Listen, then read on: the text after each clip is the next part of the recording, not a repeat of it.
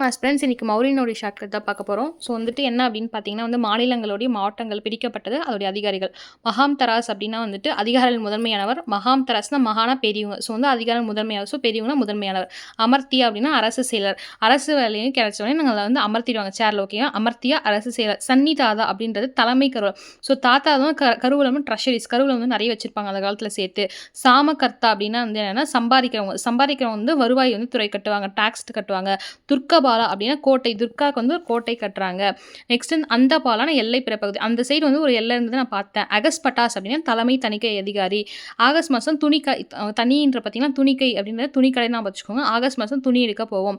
லிபிகாரானா literacy நான் வச்சுக்கோங்க. எல்லுக்கு L குறிப்பிருப்பவர்.